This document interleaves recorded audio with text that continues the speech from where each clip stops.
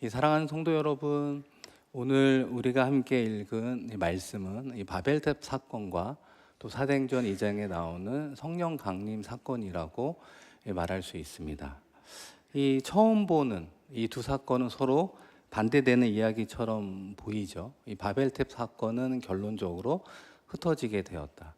성령 강림 사건의 결론은 그들이 주님의 복음 아래 하나가 되었다. 이렇게 요약할 수 있다는 것입니다. 우리는 창세기와 사도행전의 본문을 통해 이 두 가지를 질문해 볼 수 있다는 것입니다. 이 첫 번째 바벨탑 사건은 인간은 왜 하나 되지 못하는가라는 질문을 우리에게 던지게 된다는 것이고, 동시에 성령 강림 사건을 통해서 하나님은 어떻게 우리가 하나 되는가라고 하는 질문에 답들을 허락해 주고 있다는 것입니다. 이런 질문에 대한 답을 오늘 말씀을 통해 상고해 보려고 하는데요. 이 바벨탑이라고 하는 건 하나의 언어였지만 그들과 함께 살고 있었던, 그 당시 살고 있었던 인간들은 하나의 언어임에도 불구하고 하나 되지 못했다라고 말하고 있습니다. 오늘 함께 읽었던 창세기 11장 1절 말씀인데요. 같이 한번 읽겠습니다. 온 땅의 언어가 하나요, 말이 하나였더라. 온 땅의 언어가 하나, 말이 하나였더라. 이 겉으로 보면 사람들의 연합이 쉬워 보이잖아요. 우리가 한국말로 이야기하면 이해가 되듯이 서로 뜻이 통하고 그러다 보면 연합해서 좋은 사역들을 할 수 있는 것 아닌가라는 생각을 하게 된다는 것입니다. 그러나 우리가 아는 것처럼 이 바벨탑 사건을 통해 하나님께서 내리신 것은 축복이 아니라 심판이었고, 그 심판의 핵심은 흩어짐이라고 이야기하는 것입니다. 도대체 왜 하나님은 언어를 하나로 쓰는 그들을 흐트러뜨리게 되었는가? 그들이 갖고 있었던 중심된 생각 때문에 그런데요. 오늘 함께 읽었던 4절 중반부에 보시면 우리 이름을 내고 온 지변에 흩어짐을 면하자. 이 겉으로는 하나의 언어를 쓰니까 하나인 것처럼 보였지만 그들의 마음의 중심에는 하나님이 아니라 자기 자신이 중심이 된다는 것이죠.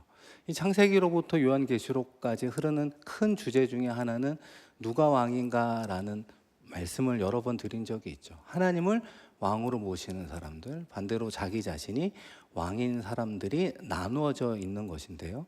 이 바벨탑 사건의 핵심은 하나님을 왕으로 여기는 사람들이 아니라 자기 자신을 왕으로 여기는 사람들이 모여서 이룬 결과물이 바벨탑 사건이라고 말할 수 있습니다. 결국에는 각자의 이름을 내세우기 위해서 연합하였고, 그러다 보면 갈등하고 그 갈등이 깨지면 그들에게는 비극적인 일들이 이루어진다는 것을 우리 하나님께서는 알고 있었다는 것입니다. 그래서 그 부분을 미연에 방지하기 위해서 그들을 흩어뜨려 놓게 되었다. 그 파괴적 연합을 막으시고 이 더 큰 하나됨을 준비하게 되었다는 것입니다. 그래서 결론적으로 바벨탑을 쌓던 사람들의 언어가 달라지면서 그들의 공동의 목표가 이루어지지 않자 서로 언어가 맞는 사람들끼리 흩어지게 되었다는 것입니다. 그 모습을 바라보시는 하나님의 마음은 어떠했을까요? 하나님을 등지고 떠나는 그들의 발걸음 가운데 이 아버지 하나님의 마음은 어떻게 먹게 되었을까? 언젠가 반드시 여러분들을 다시 하나로 부르겠습니다라고 하는, 어찌 보면 하나님으로부터 멀어지는 그들을 바라보며 하나님 마음속에 생겨진 약속이라고 말할 수 있다는 것입니다. 바벨탑에서는 흩어뜨리게 되었지만 시간이 지난 오순절 사건을 통해, 성령의 강림 사건을 통해 그들을 주 안에서 하나로 모으시는, 복음으로 하나 되는, 예수 그리스도로 하나 되는, 십자가의 사랑으로 하나 되는 길을 우리 하나님께서 준비하고 있었다는 것입니다. 그래서 이 시간이 흘러 그들이 맞이하게 된 사건이 성령 강림 사건이라고 하는 것이죠. 이 성령 강림 사건은 서로 다른 언어이지만 그 가운데 하나 되는 사건을 이야기하고 있다는 것입니다. 여러분, 사도행전 2장 3절의 말씀인데요. 같이 한번 읽겠습니다. 마치 불의 혀처럼 갈라지는 것들이 그들에게 보여 각 사람 위에 하나씩 임하여 있더니. 아멘. 이 말씀을 잠시 한번 보여주시면 이 말씀 가운데 불의 혀라고 하는 표현이 나옵니다. 성령 강림 사건을 묘사하는 말씀의 핵심인데요. 제가 한번 질문을 해보겠습니다. 불의 혀 중에 강조점은 1번 불이다, 2번 혀다. 자, 1번이라고 생각하시는 분, 그러니까 불이라고 생각하시는 분 1번. 예, 감사합니다. 그 다음에 혀라고 생각되시는 분 3번은 모르겠다. 이게 어떤 게 정답이냐 묻는다면 이 포인트는 불이 아닙니다. 불의 혀라고 하는 후자가 포인트예요. 그러다 보니까 우리가 갖고 있는 오해 중에 하나가 무엇이냐면요, 성령의 역사는 뜨겁다라는 생각을 한다는 거예요. 왜냐하면 불처럼 임했다고 요약을 하기 때문에 불은 차가워요, 뜨거워요? 이건 어렵지 않은 질문이죠. 불은 뜨거워요, 차가워요? 엄청 뜨겁죠. 모든 사람이 불에 손대면 뜨거워, 손을 떼지 않습니까? 불은 뜨겁다. 그러다 보니까 성령 강림 사건은 불, 그래서 찬송가 가운데에도 불로 임하소서, 뭐 이런 어떤 가사가 나온 배경이 여기에 있습니다. 그런데 이 말씀을 찬찬히 생각해 보면 마치 불의 혀처럼 갈라지는 것들이 그들 각 사람에게 임했다는 것. 제가 그림을 보여줄 수는 없지만 여러분 포스터에 불조심이라고 하는 주제로 포스터를 그려본 적이 있잖아요. 불의 모양을 이런 식으로 막 하지 않습니까? 이 불꽃이 포인트가 있는 게 느껴지잖아요. 그게 불의 혀라는 거예요.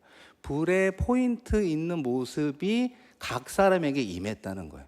각 사람의 입 안으로 다른 언어가 임했다라는 뜻이 불의 혀처럼 임했다라고 하는 거예요. 그래서 불의 혀를 다른 말로 이야기해 보면 방언이 임했다라는 뜻으로 해석을 할 수 있습니다.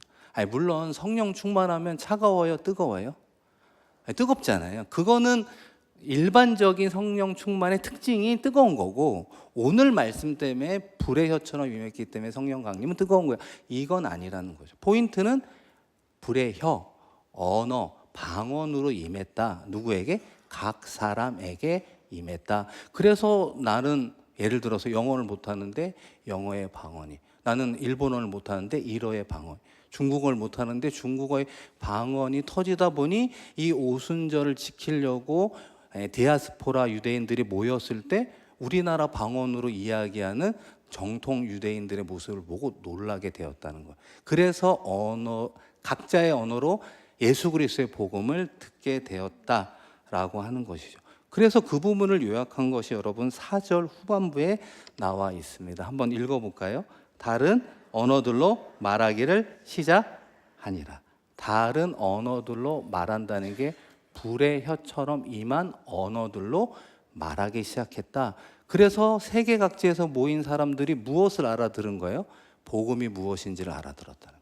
예수 그리스도의 십자가의 사건, 죽음과 부활이 우리 가운데 임했습니다. 우리가 기다리는 메시아는 바로 그 갈릴리 출신의 예수입니다 라고 하는 그 복음을 타지 언어로 듣게 된 놀라운 역사죠. 그래서 그들을 하나로 모은 사건이 되었다 이야기하고 있습니다.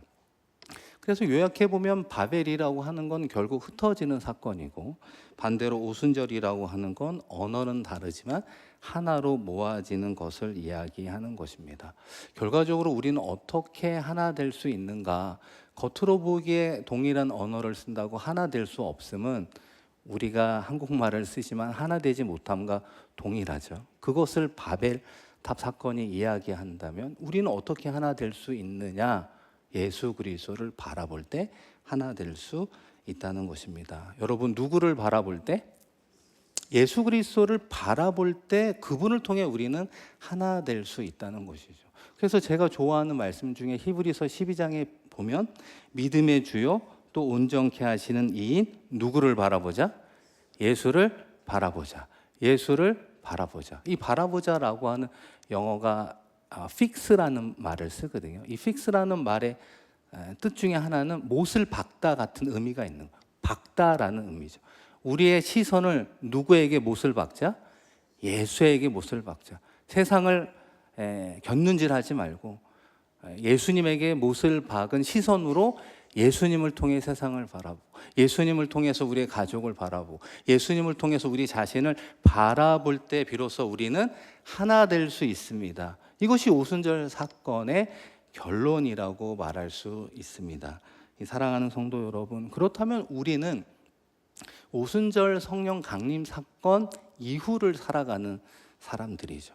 어떻게 우리는 예수 그리스도를 바라보며 하나 될 수 있는가? 하나님께서 우리에게 주신 새로운 방언이 하나 있습니다. 그 방언의 이름이 무엇일까요?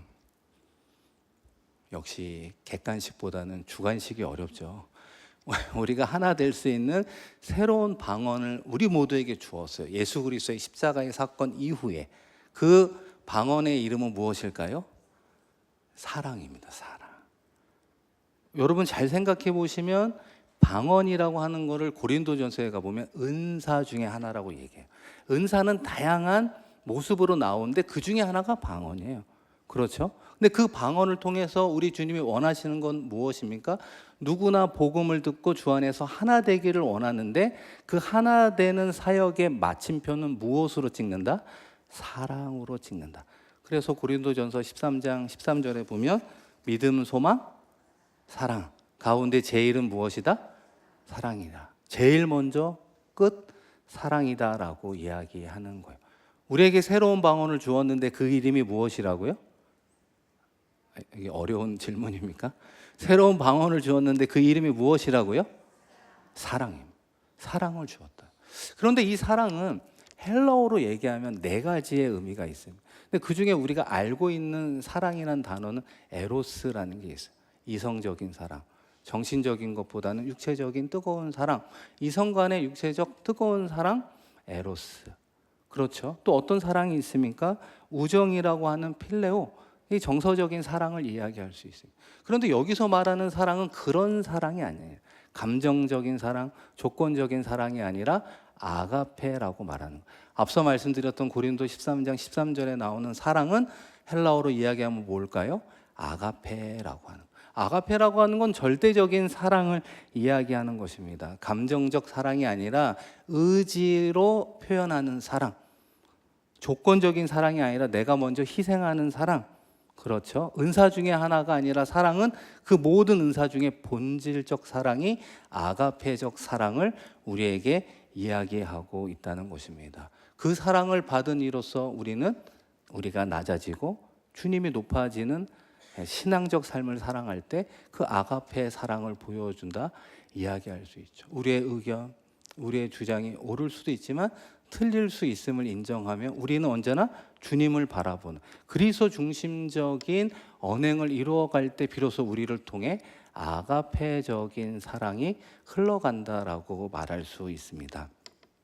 그런데 중요한 사실은 이 사랑의 언어가 이 사실은 오순절 강림 사건 이후 우리에게 주신 것으로만 이해할 수 없습니다. 구약의 말씀 가운데서도 이런 사랑의 언어를 통해서 천국이 어떠함을, 우리가 살아가는 삶의 자리에 하나님의 나라를 어떻게 세워가야 되는지를 그림 같은 모습으로 보여주는 아주 유명한 말씀이 있습니다. 여러분 이사야 11장 6절과 7절을 한번 같이 읽겠습니다. 그때 이리가 어린 양과 함께 살며 표범이 어린 염소와 함께 누우며 송아지와 어린 사자와 살찐 짐승이 함께 있어 어린 아이에게 끌리며 암소와 곰이 함께 먹으며 그것들의 새끼가 함께 엎드리며 사자가 소처럼 풀을 먹을 것이며. 아멘. 이 말씀이 좀 다양하게 표현이 되어 있지만 아주 간단하게 말씀을 드려보면 사자와 어린 양이 함께 뒹구는 삶이라고 말할 수 있습니다. 우리가 알고 있는 동물의 왕국 가운데 사자와 어린 양이 함께 뒹구며 친구처럼 지내는 모습을 볼 수 없잖아요. 양육강식이라고 하는 그 자연 법칙 속에 약하면 강자에게 먹힐 수밖에 없는 게 이 땅의 자연의 법칙이라고 하는 것이죠. 그런데 하나님께서는 예로부터 지금까지 우리가 어떤 하나님의 나라를 세워가기를 원하느냐, 사랑으로 마치 사자와 어린 양이 함께 뒹굴 수 있는, 함께 생존할 수 있는, 함께 윈윈할 수 있는, 함께 살아갈 수 있는 나라를 우리의 삶의 자리에 세워가라고 말씀하고 있다는 것입니다. 그것이 어떻게 가능하나? 여러분, 이어지는 이사야 11장 9절 후반부 말씀을 읽습니다. 여호와를 아는 지식이 세상에 충만할 것임이니라. 아멘. 여호와를 아는 지식이 세상에 충만하면 그것이 가능하다는 거. 이해가 되시죠? 어려운 질문. 여호와를 아는 지식을 한 단어로 바꿔보면 뭘까요? 너무 어렵죠? 여호와를 바꾸는 지식을 한 단어로 바꿔보면 신약에서 사랑이라고 말하는 거예요. 여호와를 아는 지식의 가장 핵심이 사랑 아니에요? 우리가 믿는 하나님은 어떤 분이에요? 사랑의 하나님. 사랑의 하나님이 여호와를 아는 지식의 핵심이에요. 그 사랑이 세상에 충만할 때 이런 천국, 이런 하나님의 나라가 우리의 삶의 자리에 임하게 된다는 것이죠. 그것을 예로부터 지금까지 유대인들은 어떤 인사를 나누면서 전하며 살고 있습니까? 샬롬이라고 하는 거죠. 여러분에게 주의 평강이 있기를 원합니다. 여러분의 삶의 자리에 샬롬이 임하기를 원합니다. 여러분의 자녀들에게 샬롬이 임하기를 원합니다. 그 인사 속에는 그 하나님의 사랑으로 우리는 이와 같은 사자와 어린 양이 공존할 수 없지만 공존할 수 있게 하는 하나님의 은혜와 사랑을 흘려보내며 하나 되어 살아갑시다 라고 하는 것이 그 인사법 속에 담겨져 있다라고 하는 것입니다. 그렇기 때문에 우리는 앞으로 어떤 언어를 활용하며 살아가야 될까요? 사랑의 언어를 사용하며 살아가야 되는 것입니다. 여러분 한번 따라해 보시겠습니까? 사랑의 언어로 살아갑시다. 이 사랑의 언어로 살아갑시다라고 하는 건 이해가 되죠. 어디서부터 적용해야 되느냐? 우리 주님께서는 크게 이야기하면 가정으로부터 그 사랑의 언어를 사용하며 살아가기를 원하는 것이죠. 배우자, 자녀, 부모와 자녀의 관계. 그런 어떤 가족 간에 가장 우선적으로 이 아가페적인 사랑이 흘러가기를 원하고 있다는 것입니다. 제가 예전에 한번 말씀을 드렸던 이야기 중에 여러분 미국의 그 빌리 그레함 목사님 아시죠? 이 복음주의 목사님, 그분이 사역하는 동안 몇 명이 그분의 설교를 들었냐면 2억 명이 설교를 들었대요. 뭐 그때도 놀라지 않았지만 지금도 놀라지 않으시는 2억 명이 그분의 설교를 들었을 정도면 그 옛날에 현장에서 얼마나 많은 사람이 그분의 말씀을 듣고 회심하고 변화되었겠습니까? 그래서 우리나라에도 몇 번 오셨는데 여의도에서 대집회를 할 때 추산으로는 한 100만 명이 모였다 말씀을 드렸잖아요. 근데 그때 통역을 누가 했냐면 제가 그때는 조용기 목사님이 통역을 했다라고 했는데 그게 잘못됐더라고요. 제가 다시 한번 찾아보니까 김장한 목사님이 통역을 하신 거예요. 그래서 김장한 목사님의 영어 이름이 뭐냐면 빌리 킴이 되는 겁니다. 빌리 그레함의 통역을 잘해서 빌리 킴. 그래서 김장한 목사님도 함께 유명세를 탔던 뭐 그런 분이기도 합니다. 어쨌든 이 빌리 그레함이라는 목사님은 미국의 목사님으로 그치지 않고 이 전 세계적인 복음주의적 말씀을 전하는 목사님으로 아주 유명하죠. 영적인 거장이라고 이제 말할 수 있습니다. 그런데 그분의 사모님이 루스 이제 그레함이라고 하는 사모님입니다. 그러니까 그분도 얼마나 대단한 분이겠습니까? 그런데 그 아내가 되는 루스 그레함이라는 분에게 어떤 분이 물어보았다는 거예요. 사모님, 혹시 이 빌리 그레함 목사님과 이혼하고 싶은 적은 있으셨습니까? 그러자 사모님이 웃으면서 어떻게 대답했다고요? 이혼이요? 아직 그 말이 나오면 안 되고요. 이혼이요? 한 번도 그런 적은 생각한 적이 없습니다. 하지만 남편을 죽이고 싶은 적은 여러 번이었습니다. 뭐 그러니까 다 웃었던 거죠. 그러면서 뭐라고 이야기하는가? 우리는 사람을 변화시킬 능력이 없습니다. 사람의 변화는 하나님이 시키는 것이고 우리가 할 일은 그저 남편을 사랑하는 것뿐입니다. 사랑하는 성도 여러분, 남편을 사랑하시기를 바랍니다. 이럴 수가. 이런 무응답은 기대하지 못했는데요. 여러분의 남편을 사랑하기를 축복합니다. 억지로 아멘 하시네요. 우리 남편분도 한번 이렇게 대답하면 좋겠습니다. 여러분의 아내를 사랑하시기를 축복합니다. 이야, 역시 처세를 잘하고 계십니다. 이 가족 간의 사랑이 쉬워요, 어려워요? 어렵더라고요. 부부끼리도 어렵고 부모와 자녀 관계도 어렵고 다 어려운, 혈연 관계인데도 아가페적 사랑이 쉬워요, 어려워요? 어렵다는 거예요. 못내 서운하기도 하고 아쉽기도 하고 답답하기도 하고 말하고 싶은데 하지 못하는 그런 어떤 답답한 관계 속에서 우리는 무엇을 바라보며 살아가야 되느냐, 그런 가족 공동체 가운데 아가페적 사랑을 나누면서 살아가야 된다는 것입니다. 가족은 사랑할 대상이다 라는 것을 우리가 기억해야 되는 것이죠. 우리 두 번째는 그 사랑을 어디서 실천하기를 원할까요? 이 교회 공동체 가운데서 실천하기를 원하고 있다는 것입니다.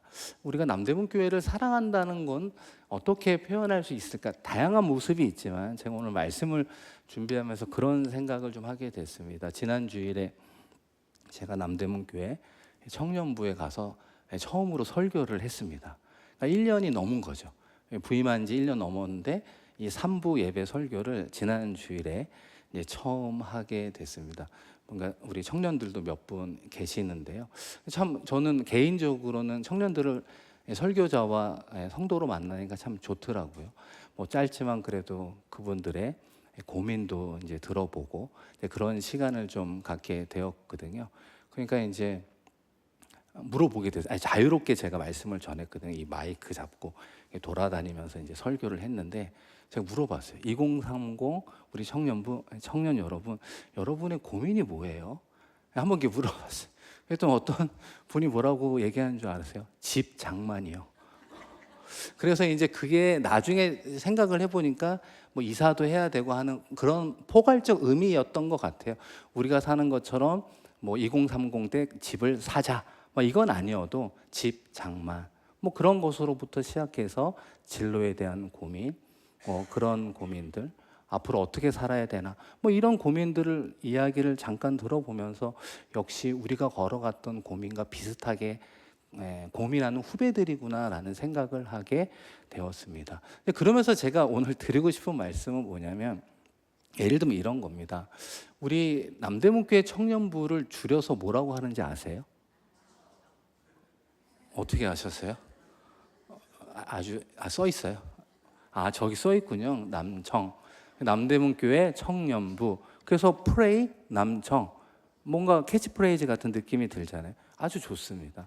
그런데 제가 이제 설명을 해드리는 거예요. 파님 그레이스, 뭐 백합 찬양대, 또 뭐가 있죠? 호산나 찬양대, 시원 찬양대, 이런 게 있어요. 그러니까 예를 들면 이런 흐름 가운데 제가 1년에 한 번 꼭 설교를 하는 곳이 하나 있습니다. 어디서 설교를 하냐면 작년 성경 공부 가서 1년에 한 번 성경 공부 겸 설교를 하는데 주일날 10시 20분부터 10시 40분까지 이제 저를 초청해서 작년에도 한 번 했었거든요.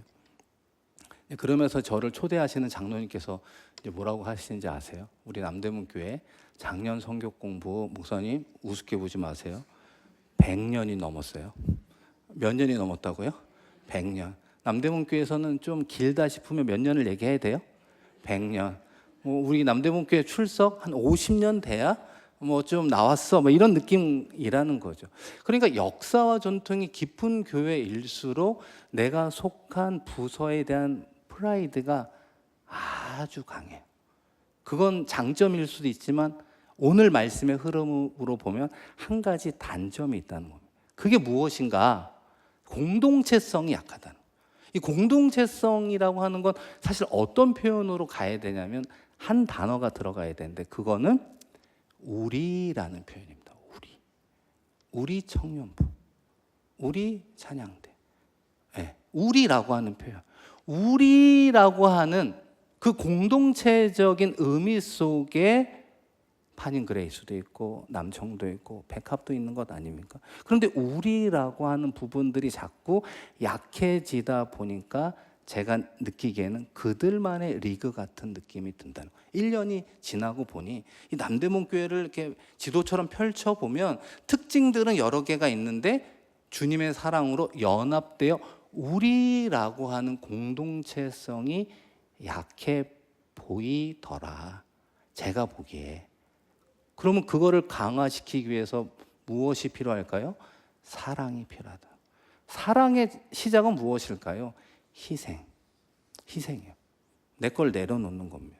내 주장을 내려놓지 않는데 어떻게 연합이 되고 하나가 될 수 있겠습니까? 남대문 교회는 앞으로 잘하고 계시지만 어느 부분을 지향하며 신앙생활해야 되느냐? 바로 연합이죠, 연합.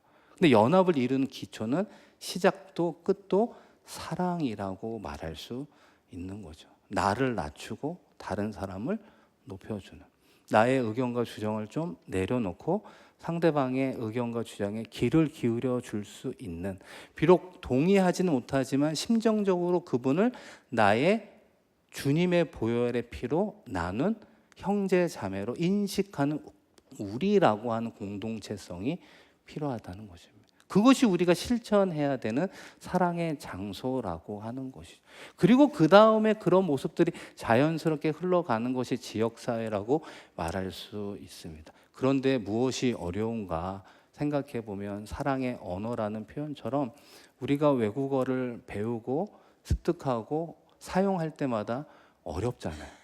우리말이 아니잖아요. 어려서부터 배우지 않는 이상은 서툴고 어색하고, 혹시라도 이 시간 외국인이 한 분 예배드리고 있는데 갑자기 나한테 다가오면은 얼음이 되고 긴장하고 이렇게 되는 거와 똑같은 것 같아요. 사랑의 언어를 실천하면 우리도 가정과 교회 공동체, 사회에서 그 사랑의 언어를 사용하며 살아가야 되는데 그게 너무 어색하다는 거예요. 특히 한국 문화에서는 그게 상당히 서툴다는 거예요. 내가 혹시라도 실수하면 어떡하지? 내가 잘하려고 했는데 오히려 그것이 다른 사람에게 상처가 되면 어떡하지? 그리고 나서 결론은 뭐냐? 에휴, 모르겠다. 나는 그냥 이대로 살아야지. 하나님 날 이렇게 성격과 성품으로 지었는데 이대로 살아가야지. 그리고 나서 제자리 걸음, 그리고 나는 사랑의 언어를 더 이상 습득하지 않으려고 한다는 거예요. 사랑하는 성도 여러분, 제가 말씀을 마무리하며 한 가지 꼭 드리고 싶은 설명 하나가 있습니다. 이 아가페적 사랑의 언어는 도대체 어디서 흘러왔을까요? 그 아가페적 사랑은 도대체 어디서 흘러서 우리 심령 가운데 도착했다라고 생각합니까? 그것은 바로 갈보리 언덕의 십자가의 보혈로부터 사랑이 흘러서 우리 가운데 왔다는 거. 나에게 들어온 사랑은 그냥 값없는 그런 사랑이 아니라 그 어떤 걸로도 바꿀 수 없는 그 값비싼 예수 그리스도의 십자가의 보혈의 사랑으로부터 시작이 되어 온 사랑이니까 우리가 그 사랑을 겪고 가벼이 여겨서는 안 된다는 거예요. 그 사랑의 실천을 포기해서는 안 된다는 거예요. 비록 이 땅에서 말하는 세상의 성공도 있고 자녀의 성공도 있고 우리의 삶의 성공이 있을지라도 그 성공의 삶에서는 우리가 비록 실패하는 삶을 살아간다 할지라도 우리가 결코 실패하지 말아야 되는 언어가 있다면 그것은 바로 사랑의 언어예요. 왜냐하면 그것이 보혈의 십자가, 주님의 보혈로부터 흘러내려오는 우리의 사랑이기 때문에 그래요. 왜 우리가 다른 성도들을 참지 못하고 있을까요? 주님의 보혈의 사랑은 우리를 끝까지 사랑해 주시고 참아 주신 사랑 아닌가요? 왜 우리는 다른 성도를 용서하지 못할까요? 우리는 예수 그리스도의 보혈을 통해 끝까지 용서하신 사랑을 받아 주었는데 왜 우리는 다른 사람들을 위해서 손해보면서 살아갈 수는 없습니까? 주님의 십자가의 보혈의 사랑은 예수 그리스도 생명을 내어주신 사랑인데 그 사랑이 흘러 여기까지 나와 예배하고 찬양하고 우리는 기도하는 것 아닙니까? 그 사랑이 없는데 뭐하러 이 저녁에 이 힘든 곳에 와서 우리가 하나님을 찬양할 이유가 어디에 있습니까? 그 이유를, 그 가치를 우리는 어디서 찾을 수 없어요. 우리를 이곳에 있게 한 모든 시작과 끝은 예수 그리스도 보혈의 십자가를 통해 우리에게 부어주신 주님의 사랑이 우리로 하여금 이곳에 불러주셨다는 거예요. 그 사랑을 힘입어 우리는 보혈로 찬양한다는 거예요.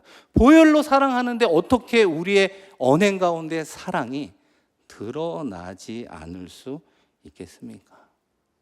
사랑하는 성도 여러분, 사랑의 언어에 있어서만큼은 서툰 사람이 아니라 네이티브 스피커로 살아가야 되는 것 아닐까요? 매일 연습하고 실수해도 다시 말하고 넘어져도 다시 시도할 때 비로소 우리의 가정 공동체, 우리가 속한 교회 공동체의 다양한 부서, 그리고 우리가 속한 세상의 다양한 모임 가운데 사람들은 분명히 우리의 모습을 통해 예수 그리스도의 사랑이 바로 이것이구나라고 하는 것을 깨닫게 될 것입니다. 사랑하는 성도 여러분, 바벨은 흩어졌지만 복음 안에서 우리를 하나로 만들어 주셨습니다. 바라기는 우리에게 주신 주님의 십자가의 보혈로부터 우리 가운데 흘러오는 그 사랑의 언어를 우리의 가정과 교회 공동체와 모임 가운데 흘려보내는데 승리하는 저와 여러분 되기를 주님의 이름으로 축원드립니다.